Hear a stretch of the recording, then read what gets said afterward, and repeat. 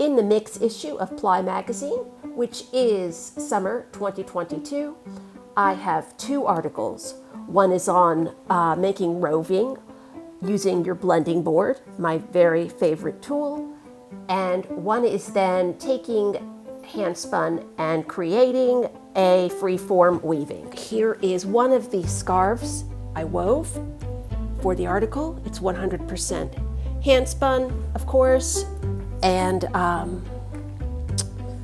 did a mix. It's the mix issue, in case I didn't say that. I have a mix of all kinds of handspun, all kinds. I have some of my finest and earliest spindle spun work. I did all kinds of techniques here. Here's a little bit of clasp weft. I wove in some locks, which is one of my favorite ways of adding texture to any weaving.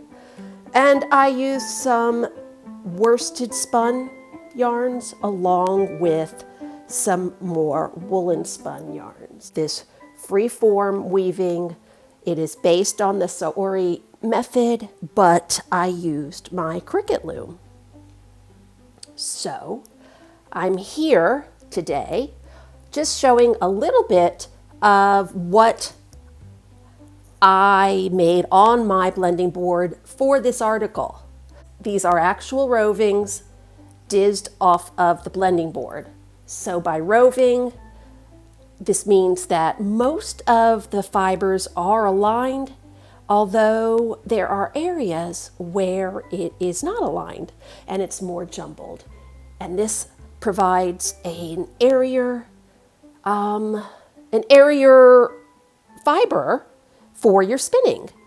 What you cannot tell is that one each of these was prepared on a drum carder and one was prepared on my blending board. And it's one pass on the drum carder versus a single pass on the blending board. And even I cannot tell which is which at this point. If you find dizzing maybe a little more than what you're ready to do, then let me show you what you can do simply with your batch of rollags. Now I'm going to show you how to take one of these simple rollags rolled off of your blending board. They have a little schmutz on them from their photo shoot, but no problem. I'm going to show you how to turn this into a pulled roving, okay? So this roving was actually a rollag. So to turn your rollag into roving, you gently attenuate.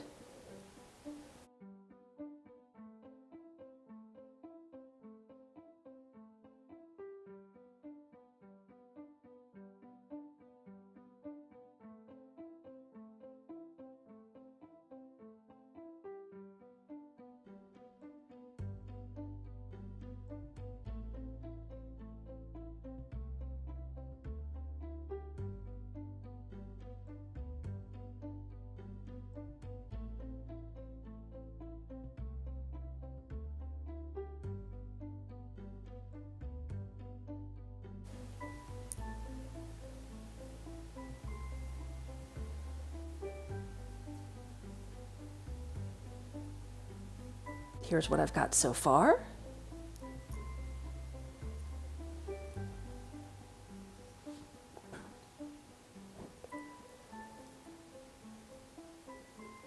Roving can be spun any way you would spin your other fibers. It can be used in your art yarns or your traditional yarns.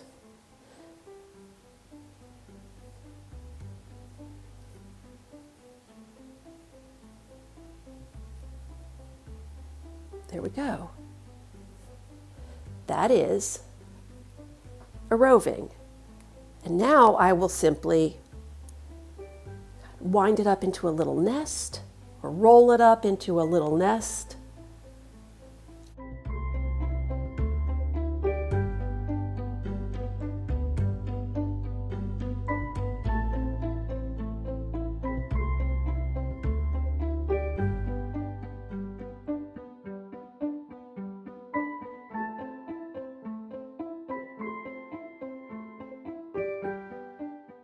So if you want to learn the most basic way of blending your own roving on your blending board, I would say that comes from just making some roll-legs and gently pulling them into your roving and spinning them that way.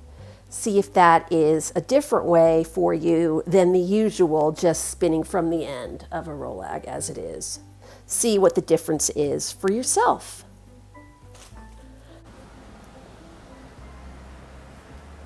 As you can see here, these are all gradient rovings, or these four here in the middle are gradient rovings.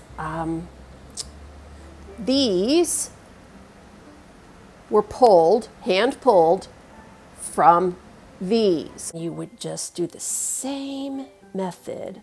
Oh my gosh, it is so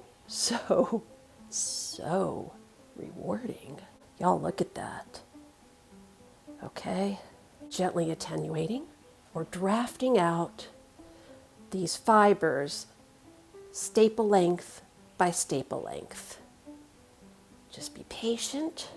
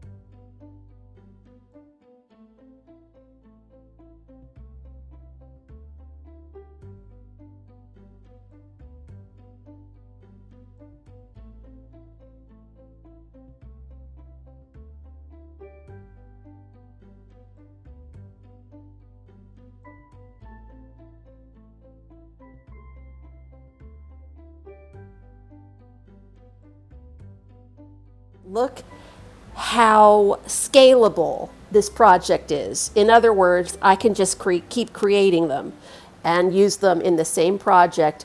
Each weighs about 1¼ ounces.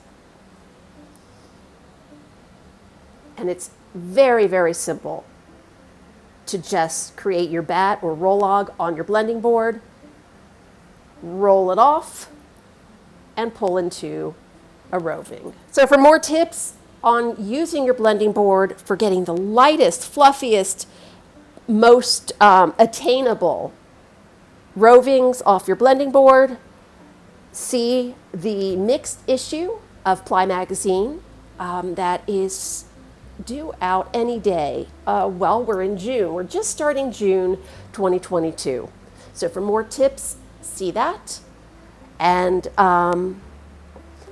thanks, everyone.